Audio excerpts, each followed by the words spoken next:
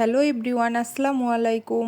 আজকে চলে আসছি দুপুরের রান্না করতে। আজকে আমি দুপুরে রান্না করব ছোলার ডাল দিয়ে ডিম। কড়াইতে তেল দিয়ে নিয়ে তেলটা গরম হয়ে গেলে তার মধ্যে দিয়ে দিয়েছি আদা বাটা, রসুন বাটা, পেঁয়াজ বাটা আর জিরা বাটা। মশলাটা নেড়ে চেড়েই তারপরে দিয়ে দিলাম আবার পরিমাণ মতো হলুদের গুঁড়া, লবণ, মরিচের গুঁড়া আর ধনিয়া গুঁড়া।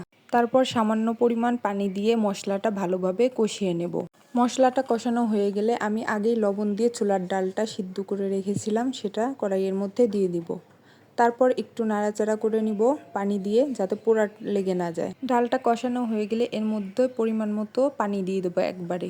তারপর তরকারি লবণটা টেস্ট করে নিচ্ছিলাম, দেখলাম লবণ কম হয়েছে, তাই একটু লবণ দিয়ে দিলাম। আর সাথে দিয়ে দিলাম গরম মশলার গুঁড়া।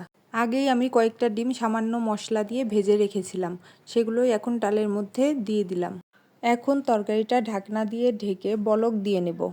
তরকারিতে বলক চলে আসলে তরকারিটা নেড়ে দিয়ে দেব কেটে রাখা ধনিয়া পাতা। এখন আমার রান্নাটা শেষ। আল্লাহ হাফেজ।